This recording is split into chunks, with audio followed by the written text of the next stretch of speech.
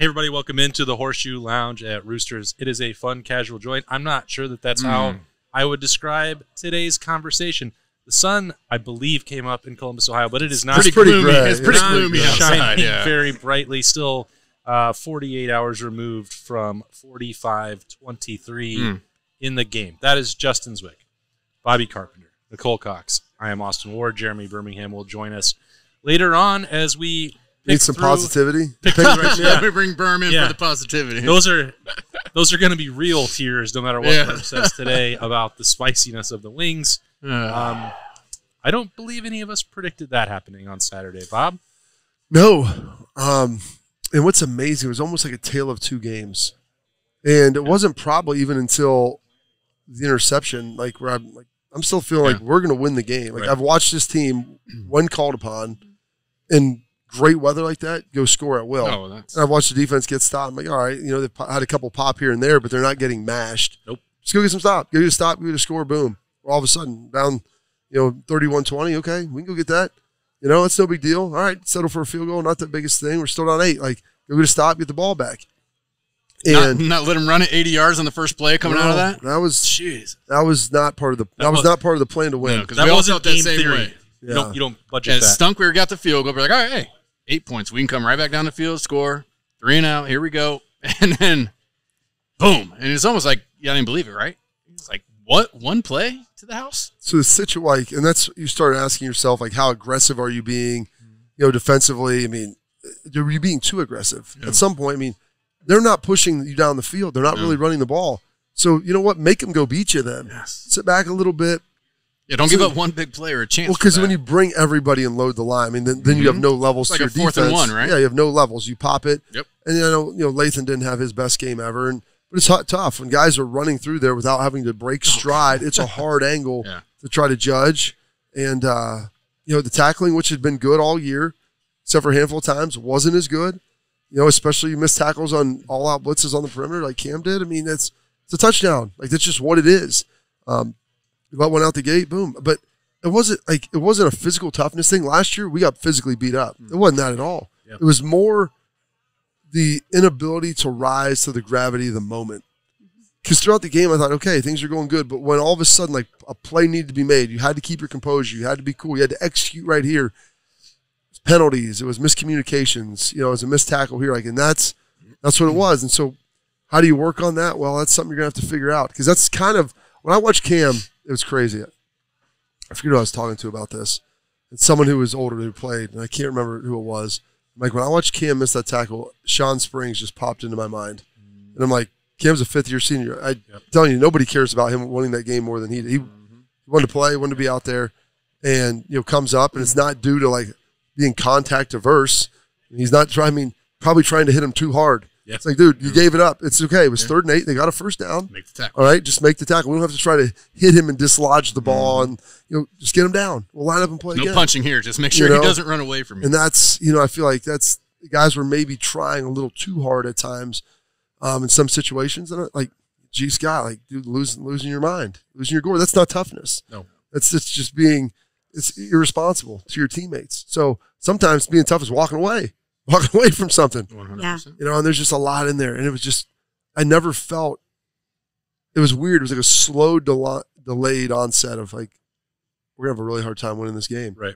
Yeah, I thought it was, I didn't agree with the choice to kick the field goal to cut it to 8. But you can understand it. Not really. I won't get there on it because I think that I view it when you have to convert the 2-point conversion after that. I think they still had to score 2 touchdowns. That's how I process it in my mind. I don't think it changed the math enough to go for it, especially if you're already down inside the 10 with that offense, and it also plays into the decision to punt from the 43 or fake a punt and not execute it, however way you want to look at it. I thought that the game management part, Bob, on my side, I felt like that the coaching didn't meet the moment on Saturday. What's amazing is the game management. You get the 1st and 35. All right. After the worst part about that was it wasn't even just the 25 yards and penalties. It's the fact that it negated a 17-yard run. Yep. Mm-hmm. You're like, okay, boom, we're rolling. Mm-hmm. We are running downhill right now. Bring it back. And then bring it back. And then bring it back another 25. And someone was like, we're done. I'm like, I look over and I'm like, how do you eat an elephant? One bite at a time. Let's go get 8-yard chunk. like another 12. Like get it to a 4th and manageable. I go on 3rd and whatever it was, like 3rd and 14. I go, listen, we don't need to get it, or 3rd and 18. Just we got to get in striking distance. Get it to 5 or less. Which boom, they did. Boom, right there. And then I was kind of befuddling. So my gosh, it just seemed like his plan that whole time is boom, boom, boom. We'll get it to a 4th and manageable. And if we can do that, then we can roll. And that's kind of where that game management element, you feel like maybe was disconnected. That's why I think, so for me, the decision on the field goal, we can talk about game theory and charts and all that other stuff. You can set that aside. Game management, 4th and 5, your options are the best passing quarterback in the country and the best receiver in the country and your starting offense, or a backup long snapper, a former walk-on who's a tight end, an Australian punter, and I don't know what. Yeah. For me, the choice is who should win you that game. What does the Australian have to do anything? I don't think that they like they got smoked. They throw it differently. They got smoked in their first World Cup game. Is that what? They throw it's it the differently. Socceroos. That's all he was. I just think I was identifying him with his background, but maybe that doesn't have anything to do with it. Any punter. How about that? It's a punter. American it's punter, a special Australian teams. Punter. Who should have to the quote football Urban in their hands? Meyer, you're a kicker. Yeah.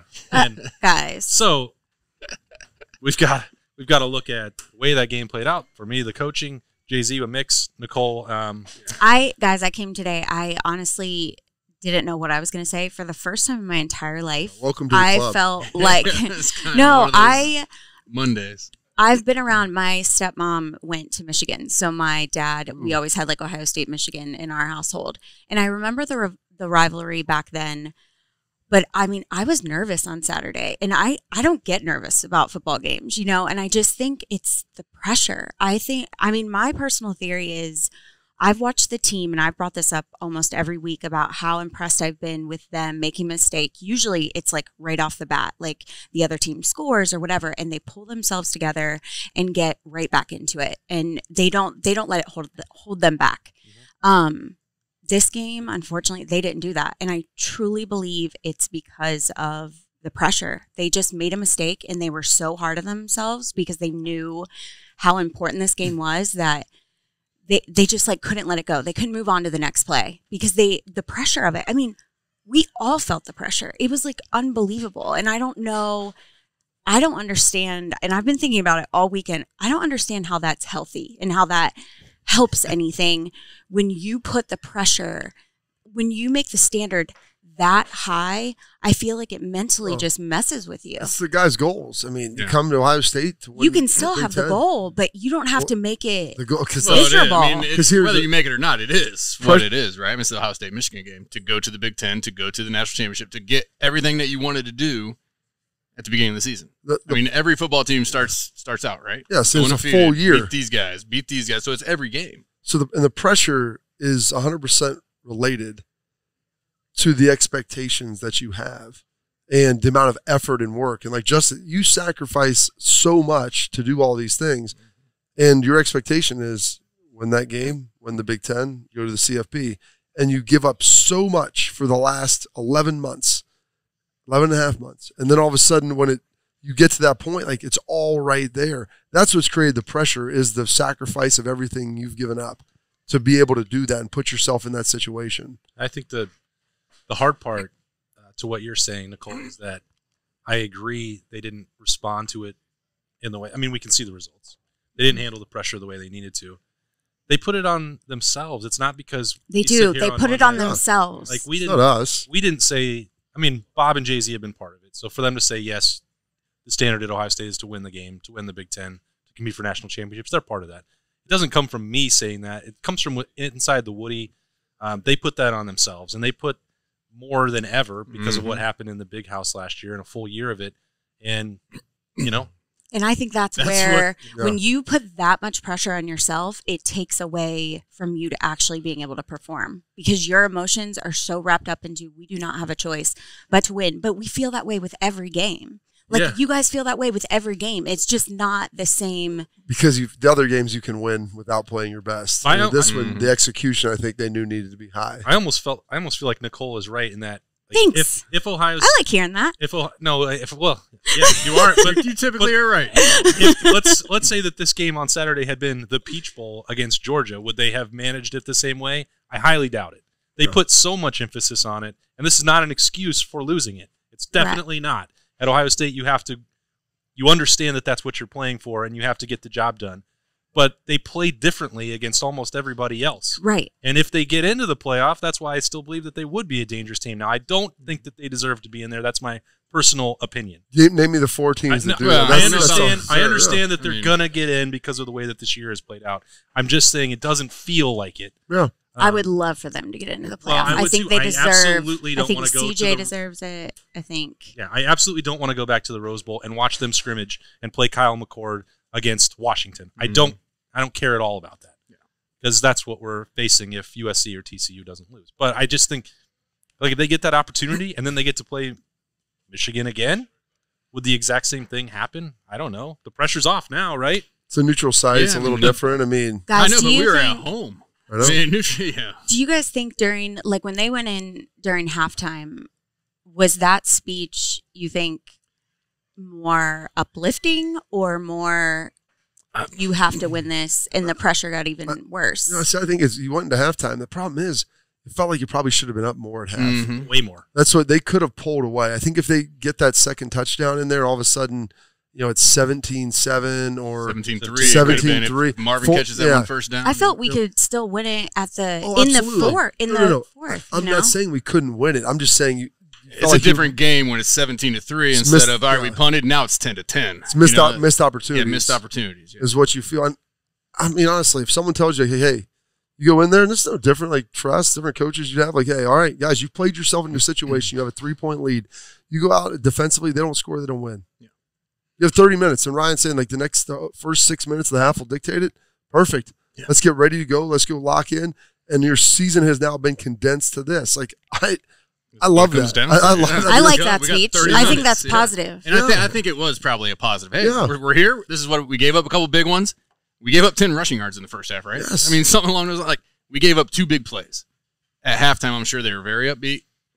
All right, hey, we're here. We made a couple mistakes. We got to make sure we're tackling better. We got to make sure we do that.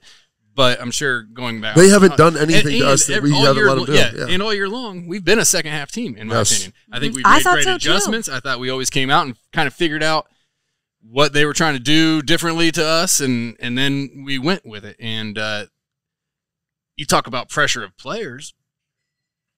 Is there pressure of the coaches? Oh, I mean, I think when Urban was in these games and stuff started going wrong, I think he tightened up, and I think he went quarterback run, because that was his safety blanket. Maybe Ryan's is throwing the ball. I don't know, because we came out and we ran the ball 3 times, I think, in the first series of the second half, 3 and out. And then we didn't really – I don't think we felt that run game much there in the second half, which, I mean, we're behind. We're trying to play catch-up. It happens. But I think there's players putting too much pressure on themselves, and then I think you get a situation where these coaches – tighten up and they don't call the same game as they typically would. I think so, especially because they didn't beat Michigan last year, so the pressure was even that much worse for him. Oh, yeah. And I feel for him because you can't help when you're a passionate person and you set goals and you have no excuse but to achieve them. The pressure you put on yourself is unhealthy. I mean, there's the good side of it because you care so much, but it also it really is difficult to work through. Yeah, it's never going to change. Like these guys are picking to go to Ohio State knowing that that's what is going to be required. And some players handle it and they win championships because of it, and others don't, and they come up short. I mean, there's just no other way around it. This place is not ever going to accept a standard of, it's great. We feel great about 11-1 and going to the road. Especially for 365, you hear about how I don't we're think doing they it different should. Here. Yeah. Well, yeah. We're putting more emphasis on this, all year long, toughness, and we're doing. I think I don't look at it as much as pressure. It's all about how you frame it. It's an opportunity. Yeah. Exactly. I don't want to listen. I didn't want to play for 11 weeks. All this stuff. If you had one game doing that, that's a great opportunity. That's the greatest thing in the world, to be able to get out there and go play in that game to see if you have success. I don't want to go through training camp. I don't want to do all the other stuff, but I love that opportunity right there. Yep. I didn't want to have all the sacrifices and doing all that other crap. 6 a.m. 6 a.m. all this. But when you get there, that's your opportunity. Yeah. And that's how you have to view it as such. I agree with that 100%. You guys never lost against Michigan, did you? We lost in 03. Yeah. Okay. We lost up there, and it kind of looked a little bit like it did it kind of looked a little bit like it did last year, where, I mean, Chris Perry had like 150 rushing yards on us. We got close. It was 35-21. McMullen came in. Craig got knocked out. But then the next year was amazing. Down here, our third year, they were probably, I think they were 13-point favorites. We were 6-4. Yeah. We weren't even any good, and we let them go score. I think it was 14-3 or 10-3. Like, they drove right down the field and scored twice on us. And then they didn't score again until, like, the fourth quarter. And our offense got going. We got stops, and we started beating them up physically. And it was like, all right, just settle in. Like, let's go win this game. Yeah. You know, and the reality was, like, they're already going to the Rose Bowl. We get to beat them, and this is our goal. This is our bowl. The difference between us going to the Sun Bowl and the Alamo Bowl is really no difference. Yeah. You know? Yeah. I mean, are we going to be able to slide across the Juarez or not? Like, or, you know, are we just going to be able to hang out on the Riverwalk? Yeah, those are the questions. I think the issue with the halftime situation, Nicole, that you raised is that Michigan had every right to feel a lot better going into the locker room than Ohio State did. And when I look at this game, people are going to ask questions about Jim Knowles and the defense, and they'll see 45 points, and they will think about the touchdowns and the explosive plays, and that's fine. I'm not going to say that they shouldn't. I will have a hard time forgetting the missed opportunities in the first half on offense and how dramatically different that game would have looked. The team that would have been tapping out would have been on the opposite sideline if it's 17-3, 24-3, if 4th and 2 to Cade Stover is on target, if this dropped screen ball to Emeka Egbuka was the best one that had probably been blocked up all year, if that's caught and he's out the gate. The opportunities that they missed on offense are the ones that I think are more damning for Ohio State. And that's the ones that they go in and they can say, we're going to get this right. We're going to win the first 6 minutes. But Michigan's going in there at halftime and saying, this is going to be just like last year. We've been through this. They didn't put us away right now. They missed their opportunities. And now we get to go out there and run it down their throats like we did last year. And they did that. And they made the most of it. You have to give them credit for that, and I do. Oh, 100%. But the first half was the one that Ohio State let the game get away then. And I don't know why that is. I have, a lot of questions about what was going on offensively, and I have for a number of weeks. Yeah. But that, to me, is more of the problem. They say, what's the same script from the second half last year? Cool. But Ohio State didn't miss opportunities to put the game away. Like last year, you couldn't get off the field. Yeah. They just pounded you. These were one shot, miss this, miss that. Probably selling out a little too much, and you're still in it. They didn't do anything that you weren't prepared for, and it wasn't like you didn't have an answer for what was going on. It's just execution. You just got to do what you've done, and maybe sometimes guys press, and that's where that pressure comes from. Like, you press so much, you want it so bad. Yeah, and that's what was pretty impressive about Tress is he put such a great emphasis on the game. Yeah, but when you went in, and the other thing too, Harbaugh, we're having linebackers play running back and throw passes. Yeah. You felt like Tress always had some things. Jay-Z, we'd be talking where the heck what was this stuff at Purdue when we're losing? Why are we running these plays? Exactly. He would always hold a little bit back for that game, just knowing the gravity and the magnitude. You remember in 06, dude, run to the line. The 4th and 1. The 4th and 1 shot call to Teddy over the top. Yep. We knew that was a touchdown all year long. 100%. We got this. We don't need it for any of the other games. Yeah. We're going to use it in this one. Yeah. We're going to practice it every week and not run it. Oh, yeah.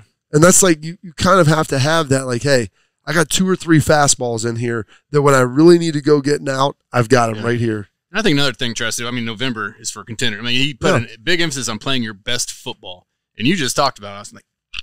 We haven't seen this offense have an A-plus outing all year long. There's always been it doesn't look so good here. Oh, we'll get it fixed by this. So we weren't playing our best football. And then we just continued that in. So we almost got what we've been seeing. We just didn't expect them to do that in this game. In those other games, we were just that much better than those teams, so we were able to pull it out. They had so many games that, if you're thinking Iowa, Penn State, where one explosive quarter where you'd get a glimpse at their potential, or one half against Iowa, it was never sustained for 4 quarters, and it didn't need to be. But in the Michigan game, it does. But I think that we competitive stamina. Yes, I think we assumed that would reveal itself, correct itself when it mattered the most, and when they felt the pressure, when they felt the stakes, when they felt the urgency in the game. But I guess it's a lot harder to just flip a switch on for one game a year than Yeah. Makes perfect sense. Especially when you go into it and have lost the year before. It can go one of two ways. I think there's the passion there that you just want to win it so badly because you don't want to feel the way you felt the year before. I also think that if you already have so much pressure on yourself, it can become crippling, and I think each time a mistake was made, they just couldn't move on to the next play because they just kept thinking about it. Every time a mistake was made, oh man, we've been talking about beating these guys all year long and all this and got our butts kicked last year, and man, we're right here again. And then I think towards the end of the game, they just did. The people I've talked to who were at the game, it looked like, players maybe were you have to understand not feeling great there towards the end of the game, which I understand. I mean, you're losing, but you're still at an 8-point game with 6 minutes to go or whatever it is. You understand it's not going to probably go according to plan. You're going to make some plays. They're going to make some plays. And that's what a lot of times. Just keep playing. That's what Fick used to always say. Keep playing. Just keep playing. You have no idea. You're down 8. Hey, they may. I've watched enough games in my life to watch people fumble snaps and this and that. My senior year, we had 3 fumbled snaps in the second half, shotgun snaps, and that brought them back in the game. So I mean, it happens.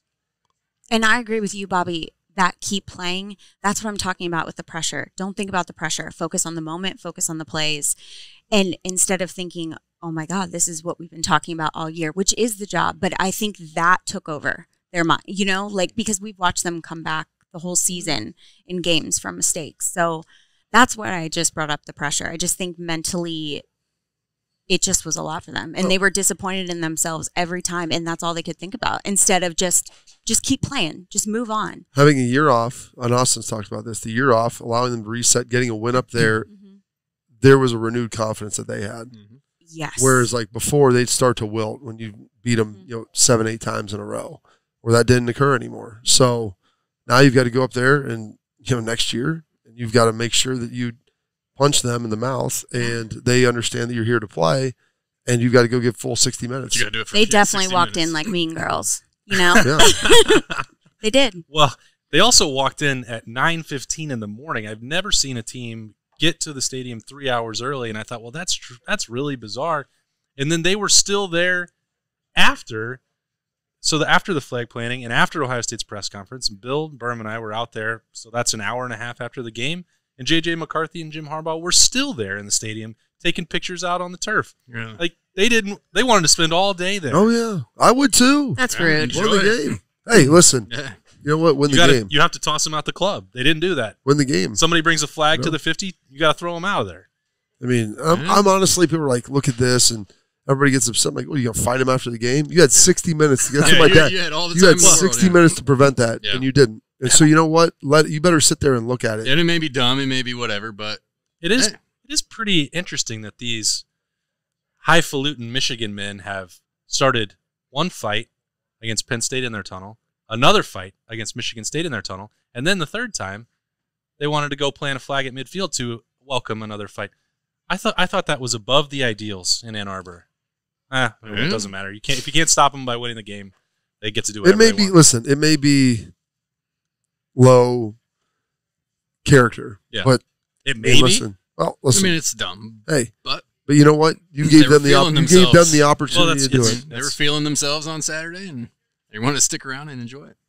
But if it was a beautiful day, it wasn't like they had to get out of there because if you touch them, Harbaugh's going to press charges. Well, so I'm not. I have lower expectations for them than I do of our own players. So, well, they've lived up to that standard. We're down to it. Nicole, yes, there's going to be a bowl game. We don't know where it's going to be. There's going to be a bowl game. It can be one of 3 places. Last week. Oh no, I picked the last winner today, so we're done. So we're done. Yep, we're done. So we have some very excited 12 lucky winners. Oh yeah, 12 for sure. Are you? I've called this week purgatory for Ohio State because they don't know where they're going to go. They can't do anything about it. They have to be tortured by the loss, and now you have to sit here until Sunday and wait and see if TCU or USC loses before you get to book deluxe accommodations and hotel rooms. Luckily, Travel Partners does that for us, which is amazing. They do such a good job. But yes, it is weird when we don't know where we're going. The good news is we get reprieve right now. Yes, tell them about it, Bob.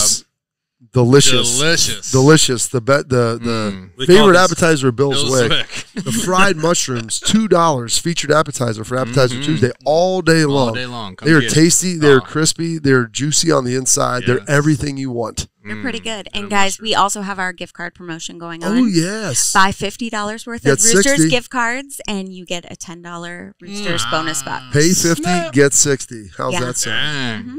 Yep. Give a little. And receive. Yep. How can Given you you shall receive. They make great gifts. Stocking stuffers. They do. Who hates that? Yeah. load up now and then bring it in on Tuesdays? You can order 30. You could get 30 of the featured. And appetizers. everybody remember, too, like if you are hosting parties or going to parties, like reach out to any of our stores or our catering division. What's the best thing they have there? They have the chips in the They catering. have the chips in the catering division, yes. And so it's really easy and people love it. We're hosting a party and obviously we're having Roosters, I just had but some people Saturday. love We it. had a big party and Cool Wines went out and got 150 They wings from you did. guys. I love it. Uh-huh. They're so sweet. They are. That's so nice. What flavors? Oh, I got there late. They were gone. Oh. But I know they were there. They were gone. Did they take a picture of a big pile of chips too, so that you could? No, they didn't get the chips. I should have talked to Jared. Dang it! Wow, what a mistake. Yeah, I know. I slipped it. Nicole, anything else in your Buckeyes notebook were off on Saturday. before you want to get back That's to it, work? guys. Okay. Thanks for having me. All right, we're going to take a break. We're going to regroup. We're going to bring Berman. We're going to continue talking about the game and what comes next for Ohio State in the Horseshoe Lounge at Roosters. It's a fun, casual joint. Roosters has been so fortunate. We just want to be able to give some of that back to the community. They donate to organizations that are near and dear to their heart, and we're so fortunate to have been with Roosters now for a long time. They always go above and beyond to help support our foundation to further help veterans. It's just a wonderful feeling to know that Roosters supports the Buckeye Cruise for Cancer. All the folks at Roosters are just genuinely kind folks, and they want to make a difference. Thank you, Roosters Foundation. Thank you, Roosters. Thank you, Roosters. Thank you, Roosters Foundation. All right, welcome back into the Horseshoe Lounge at Roosters. It's a fun, casual joint. We are talking about 45-23, and Berm is here, and I bet that he has more thoughts to share. I watched a team on over the weekend play an incredibly tough football game without a number of their best players, and held Derrick Henry to 36 yards on 18 carries. I was wondering where he's going. Bengals. I There we knew go. exactly where he was going. That was incredible. But he also could have been talking about Michigan. That was incredible. That's what I was thinking. I didn't know if he was flipping things. Ohio State.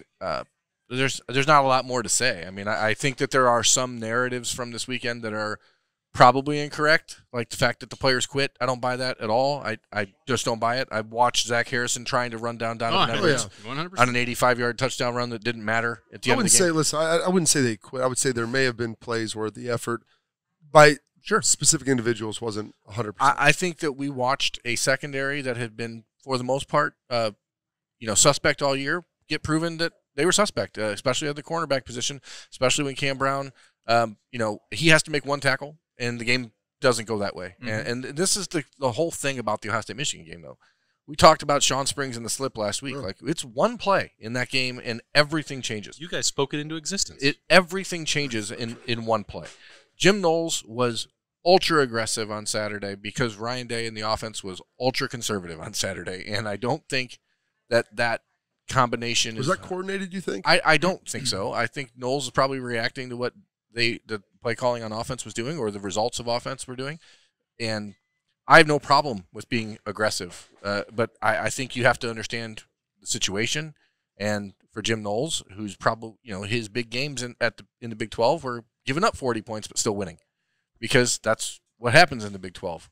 It's not how it needed to be Saturday. I had no problem with the zero blitz and bringing 6 guys, because if Cam Brown makes that tackle, it's a 4th down and they punt.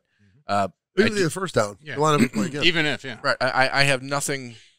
I have no problem with that. I have no problem with trying to send multiple safeties into the backfield on 3rd and 3 at Michigan, having the ball at their own 15 on when the game is essentially over. You're trying to make plays.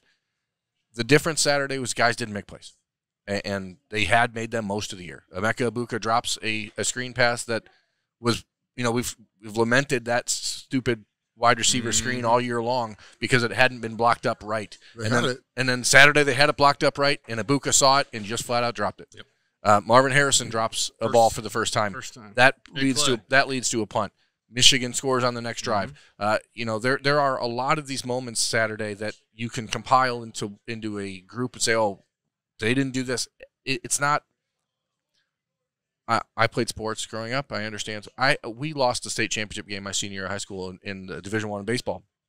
We had an extremely tight-knit group of guys on that team who believed fully in one another. We got on the bus, and one guy didn't want to ride the bus home because he said, I didn't lose this game, you guys did. And I hope that guy was murdered. I don't believe that you can blame one player for what happened. You can question C.J. Stroud's toughness. I think that's fair. I think that there's obviously an opportunity for him to make plays when he didn't with his feet. I think that he made plays with his arm at other times that other players didn't make the plays. Cade Stover, who's been one of the toughest guys on the planet. Made a bunch of plays this year. Makes a bunch of plays all year. Drops a touchdown pass. A 4th down and 2 that he could have caught. It would have been a great catch, but I watched him make a great catch a week ago at Maryland when it was 3rd and 9, and he had to make a Jake Ballard type, leap back catch. Nicole's talking a lot about pressure. Like, you feel that pressure, and in those moments, that's when that pressure, you either bust pipes or you don't. And Ohio State busted, and that's. I'm also a believer that starts at the top. Period. I don't think that in any business, any sport, the ultimate guy accountable is the guy in charge. So Ryan Day has to fix whatever happened on Saturday. And I don't think it's a simple black and white answer, but it's not. You don't lose the game on one play. Well, like last year it seemed the defense wasn't very good. So the answer was to get somebody who could come in and play and coach defense. Well, defense was a lot better than most of the year. And I don't think they were bad. They just missed tackles and had some busts, like you said, inopportune times. And so you start questioning, trying to figure out the fix. Like last year, there was evident there were some toughness issues. And offensive line, defensive line getting push. That really wasn't the case on Saturday. Even in the second half, I mean, they were holding the point. They were holding the point Michigan pretty well. ran the ball, obviously, for 220 yards in the second half, but 2 plays. 170 of those are on 2 plays. So I don't – if you look at the other 20 rushes, they averaged 2.5 yards a carry. It's not a situation where the Buckeyes defensive linemen were just getting their asses beat all second half. It wasn't that type of game. They were just on the field all second half. And that's the question then, like, is it a failure of the offense at that point? I mean, how do you correct that? Because like you said, if it's toughness, you're getting pushed around, all right, we'll dig into that. If it's defense, we can dig into that. But trying to figure out exactly kind of what the problem was to be able to make those critical plays in critical moments, that's something I think is a little harder to kind of nail down on. I think that's why it's so frustrating, because it's not something where you can point to it like last year and say they just weren't physically ready. They were physically ready on Saturday. They got out-coached, and period. Harbaugh had a great game. Jesse Minter, the defensive coordinator for Michigan, called a great game. But as you guys were talking about in the first segment, we looked all year long and thought to ourselves, oh, the Buckeyes are holding this. They're holding this. And they didn't put anything out there that was different. And Michigan wasn't surprised by anything they did. So I feel like I want to go into that further, because this is going to be the offseason of what does the offense need to do better. They're number 2 in the country in scoring. They're very good. Number 6 in total offense. Doing it. They had 500 yards of offense on Saturday. Doing it on a weekly they basis. Points. Right. That has been touchdowns in their rivalry. The red zone offense for Ryan Day. That has been an issue for 4 years now. Yeah. So they scoring 3 points in the second half against Michigan that's not good enough. I think we know that to be true. And I feel like I said that they missed opportunities to score way more and take advantage of Michigan in the first half. They scored 20. Okay. That's what it is. I don't think it was good enough, and I think a lot of this is coming from the play calling structure with Ohio State. I know that Ryan Day does not want to give up that responsibility. He has acknowledged to Berm and I in the past that it may be something at some point that he has to do, and I think more than ever, with everything else that is involved in college football that time has come for him, that it's too difficult for him. He doesn't seem to be getting in the flow of games. Other opponents seem to have figured them out. I don't know where the mesh concepts have gone. I don't know where a lot of the pop passes, end around, creativity has gone for Ohio State. And he just doesn't seem to have an understanding of the right buttons to push from the field anymore. That's my opinion of that. And I don't know if he will share that or not. Well, it's hard to call plays from the field, too. That's another element. Most OCs call from the box. I was talking about this with Bill. In the playoff era, I'm just talking about that solely. I don't know of anybody who has won the national championship calling offensive plays from the sideline. Urban didn't do it. We know that Nick Saban definitely didn't do that. We know that Dabo doesn't do that. We know that Ed Ogeron didn't do that. I mean, sure about that? I mean, I'm just going to guess. I don't cover those teams, and I don't know exactly, like for Kirby Smart or Nick Saban, how much play-to-play calling is coming from them on a down-by-down basis. I don't know. I don't cover their team. But I know that Lincoln Riley hasn't won those big games. I know that Chip Kelly hasn't won those big games calling plays, and I know that now Ryan Day is also part of that. That's a pretty good sample right there. I like that. So I don't know. Like, it doesn't seem like that's the right way to do it. I just think it's harder to do that in college than it is in the NFL. I was watching the Eagles and Packers on Sunday night, and both head coaches are on the field calling the game. The college game is different. It's a lot faster. You have a lot more players on the field. You have a lot more guys to deal with. You have guys that are not professionals who are not there understanding their assignment probably quite as well as guys at the NFL, where you have 20-year veterans like Aaron Rodgers at the helm, who's basically your play caller coach, and coach on the field. It's just a different game. And then you add in everything else that's now required off the field for college coaches. I just think that it's too much on the plate, and it's not a situation where Ryan Day is getting the best of himself. There was another moment that stuck out in my mind, and I think it was like third or sixth in one of the early drives. And Ohio State went to the line. They checked to the sideline, light box. And then Day sends in the signal. And then once CJ's got it, Minter puts two more guys back into the box after they've already adjusted. I think that this has been going on now. Teams are figuring out the cadence, the rhythm. One way around that was when Ohio State went tempo, and you don't allow them to adjust. And so that's the one thing. We didn't really utilize tempo the way. Tried, and again, both times it happened, you had false starts on the offensive line. It's been a recurring issue all year. DeJuan Jones, I think they've tried to go tempo only 7. He has jumped quite a few times. And it's always in that situation. No. It's just not. And that's a problem. That is a problem because your offense goes better when you're doing that. I thought that their best blocked game of the year was with Josh Fryer. This is not an indictment of DeJuan Jones. He's an NFL offensive lineman. But it's the same deal that I have felt like all year, that they've not maximized the personnel available. When they're wasting carries, even on Saturday, playing Mayan Williams and Chip Trainum and barely playing Dallin Hayden did not cost Ohio State the game. But it didn't make sense. No. Rotating Enoch Vamahi and Josh Fryer didn't make sense. They got stopped on a 3rd and 6 because Enoch Vamahi was in there and couldn't get a pass set and tripped over his own feet. What had happened when Josh Fryer was out there that they didn't like? I don't know. I'm even going to talk about the defensive line all year, but that happened again on a touchdown play early on. So I don't know. I don't get it. It's hard for me to explain what happened because I don't understand. I think you're not alone. That's the longest this show's ever been quiet. It is a weird one. Coming into that second half, we felt good about this game, in my opinion, and it just got off the rails quickly. It did. And I mean, that was, as I wrote on Sunday, it was probably the worst half of football I've ever seen Ohio State play collectively, offensively and defensively, in my life of watching them, and especially specifically in the time covering them, on the field. For you guys, Bob, you're in the facility more than anybody who's not probably on the Ohio State football payroll.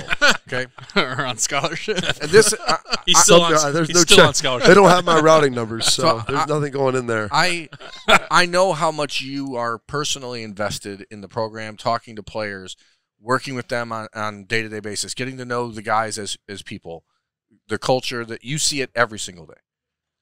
I know we're not doing Buckeye Leaves today, but I wanted to take Buckeye Leaves away today from former players who decide to go on Twitter and run their mouth. Everybody wants to be like, rather than going into the program and being there and talking to people. If you have an issue, that's totally fine. Like, I think you've earned it as a guy who's gone through the program. I just think that we saw this weekend a colossal waste an opportunity for Ohio State as a program, where you see old players deciding to do that on social media instead of. I mean, there's guys out there like, wanting to I want to go there and coach. Do you really? Mm-hmm. You gonna put 80 hours a weekend? Oh yeah. I've never asked that because I've never had a desire to do that. Maybe at some point in time there will be, but there's not right now. Like, I can't dedicate that much of my life to it. So, I mean, I pick spots of where I think I can contribute and what I think I can do. But yeah, guys coming out. Everybody wants to be a critic when things aren't going well. And, wow, this was here and this was there. Like, all right, well, I mean, everybody's a little different. Guys, and the thing is, when you get done playing, you never made a bad play as well. Yeah. That's the other thing. Never missed a tackle, never missed a block, never, had a fumble, missed a catch, missed a read. I mean, they're the best. Yeah. They become the best. Like, hey, these guys are human. Like, that's what I'm saying. Like, I've got the chance to get to know Cam Brown really well. Cam Brown missing the tackle wasn't due to lack of effort or desire for him to win that game. Right. I mean, he's been there 5 years. He wanted nothing more than to finish his Ohio State career in the shoe with a win. I promise you that. Senior, I promise you that. And, okay, did his technique break down a little bit? Okay, so how do we fix those things? Like, what do we do to kind of work on that? Lathan Ransom's a great kid. He's really smart. He's a good football player. He picked a really bad day to have a bad day. Like him and Cade Stover had picked 2 bad days to have bad days. You know, like, I don't know what else. Sometimes it's just, that's what I'm saying, like trying to coach to the gravity of the moment and try to figure out, okay, when the stakes are the highest, how do we get you to perform your best? The old Urban Meyer line, when we needed you the most, you gave us your best. That's right. How do you get that out of people? Like, how do you work through those things? And when you feel like you can just come in here and you're going to win and beat Michigan every time, yeah. And they felt that too. Well, now, like, it's started to kind of turn a little bit, and you're on the backside of that, dark side of the moon. Right. Not getting the sunlight anymore. Yeah. So how do you kind of creep on out there and figure it out to where if you make one bad play, it's not the end of the world. And you're like, oh, gosh, we're not going to win this game, and this is going to be bad. And the whole season's, out there. No, you focus on the moment, go try to get it done. And so that's it. And so it's guys that come in, it's like, oh, this guy's terrible. They're not do this, and they're not tough, and they're not that. Listen, man, toughness, there was some mental toughness, I think, mental breakdown stuff. But as far as physically tough, like I watched a team that went and handled their run game except for a couple plays. Yeah. Like, there was no push last year. That's demoralizing. I've been in games like that. We're like, hey, we need to go get 6 yards here. Yeah. Go get 6. Yeah. Oh, we're going to do it again. Plus and again 2. and again and again. And it's like 5, 7, 4, 6, 8, just down the field. Yeah, it wasn't that way. And as I think there's a balance because, again, I know the guys that have been through it. I value the former players. Yeah, you guys have been through it, and I appreciate all those former players who have been through it. I just think, and they certainly are entitled to have a voice in the program because they built brick by brick the facilities. But if you want to help, if you think there's an issue, show up. Show up. They don't put it on social media. Show up. Keep it in the family. I just think it does a terrible disservice to the kids in that program, and not to the coaches. Fine, whatever, they can handle it. They're grown men. They're grown men. I just think it's a bad look altogether, and I only mention it to you specifically because I know how much you're in there. There are guys I played with, and I just look at that. And I'm like, listen, everybody says they want to do that, but nobody really does. Like it's a lot of work. I'll be honest. Like I've had bad Michigan games. Like in 2003, I did not play well. I played poorly. So who am I to sit here and just cast aspersions on these guys? And it wasn't because I wanted to play bad.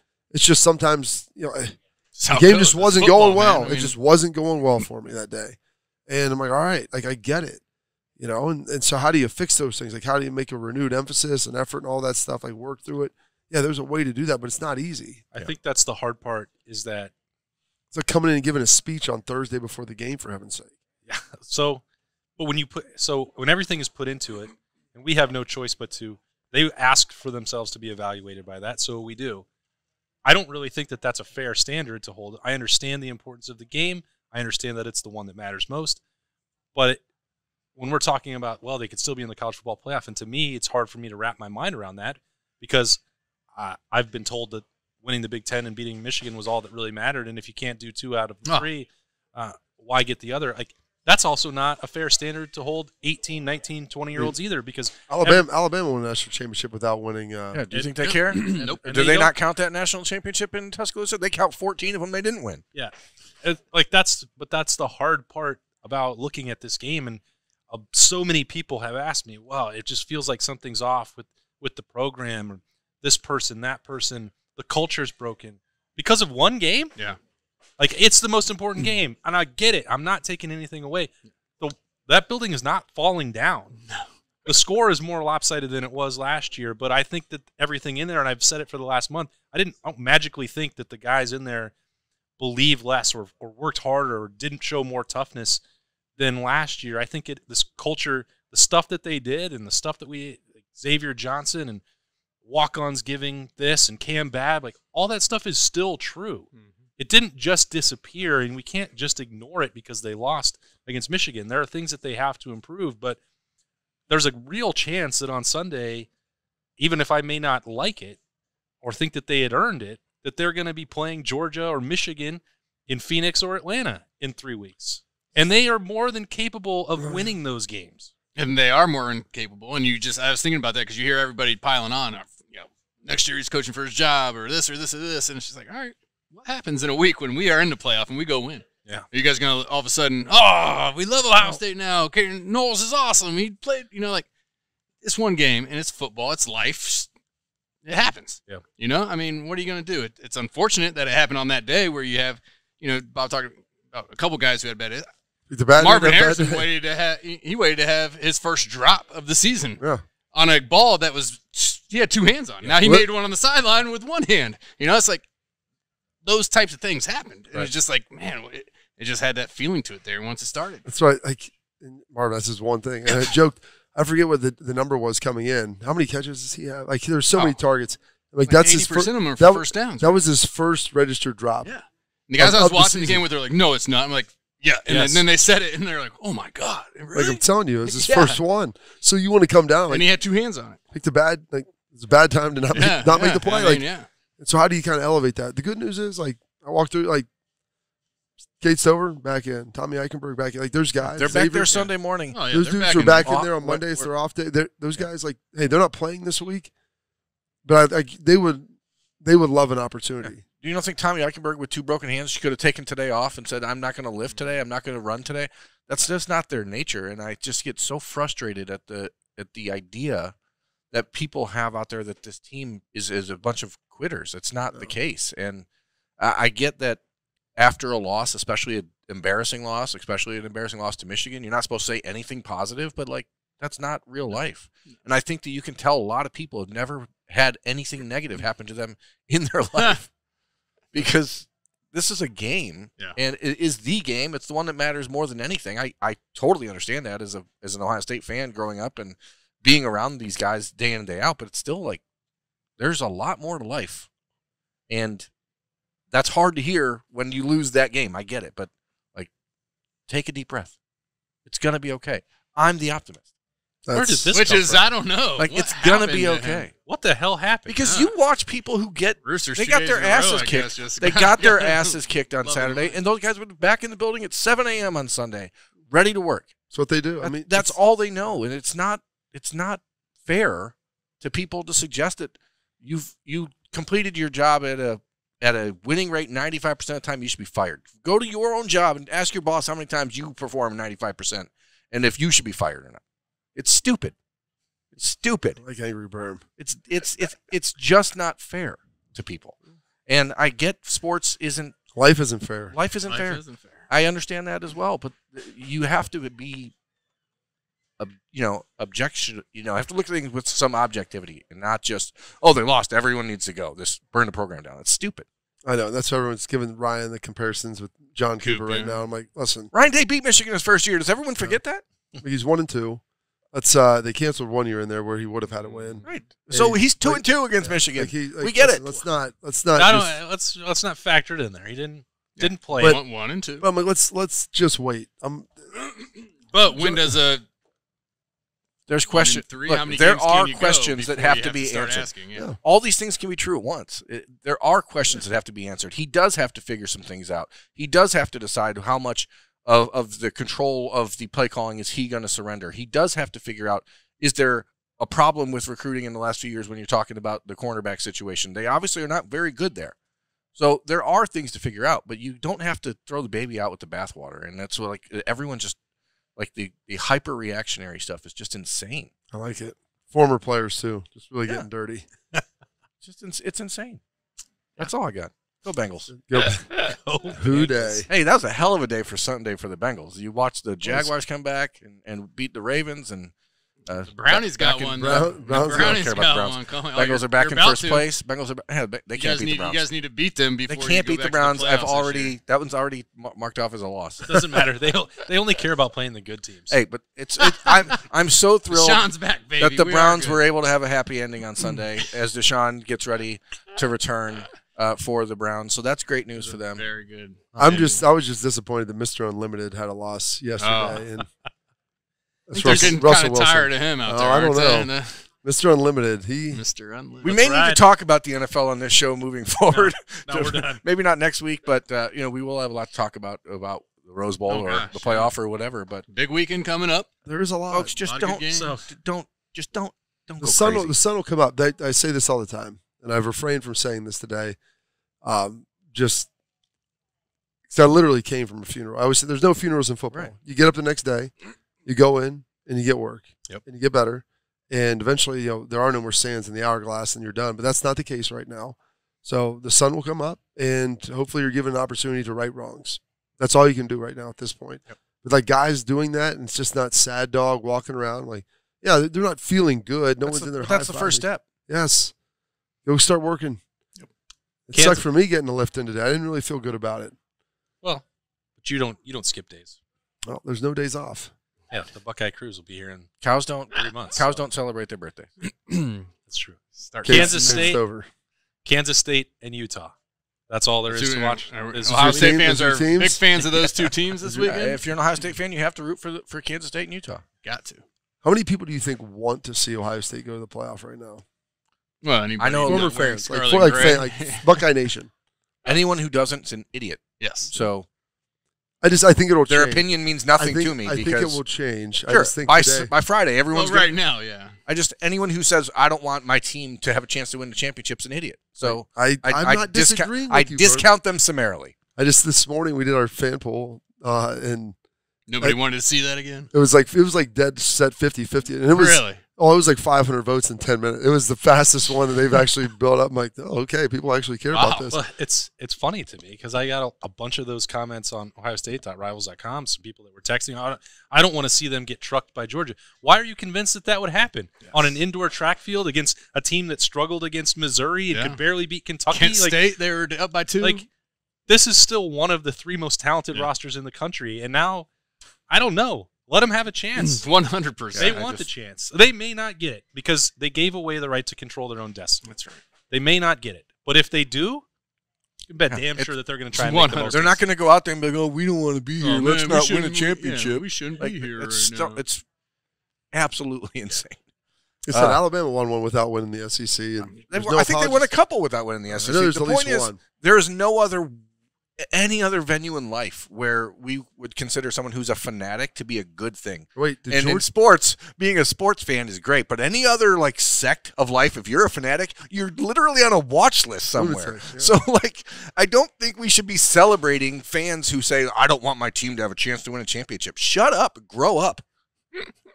It's insane. Were you celebrating them? Were you? I don't. I'm just saying, there's people out there who are like, "Oh, get over it." There's people like you, Berm, that like to be miserable. They're not rational. Don't love to be miserable. I like to be realistic. That's my only. It's realistic to think Michigan can beat Ohio State any year. That's real. This guy is finally starting to understand that. I think he was gone for so long. That's why he didn't get it. It's not. That's not being negative. That's being realistic. Saying I don't want my team to have a chance to win a national championship because they didn't win one game, even if that game matters a ton, is not realistic. That's negative and dumb. Okay. Now I know where you're standing. So take that poll from the Morning Juice this morning and tell the people sign that sucker up real nice. Hit Burma. Turn it. Burma called you all. Turn it sideways. I can't talk about this anymore. The sun don't shine. I realize, America, I'm sorry. I know that the YouTube comments are going to be rough, but that's okay. You deserve it. It's all right.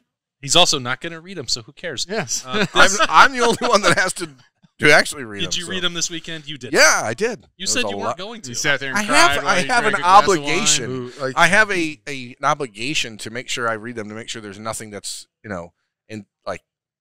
beyond the pale that people are writing. So I have an obligation. It's still 50-50, which is amazing. Wow. Okay. About 750 votes. So it's decent. So find those 375 people and tell them to just find the old Intangi and bury themselves in it. Idiotic. That's stupid. I think you drown yourself in a river. No, I want these guys to put a little extra work in it. I want them under the mud. I kind of don't want the show to end because I wonder what else Burma wet mud. That's where I want them. Suffocating in wet mud. I want them to show that they're willing to do the work. These guys are really tough. They're a lot tougher than the Buckeye football team. So show how tough you are. Find your way under the water, dig out the mud, and bury yourself in it. Wet alrighty mud. then. Big gulps.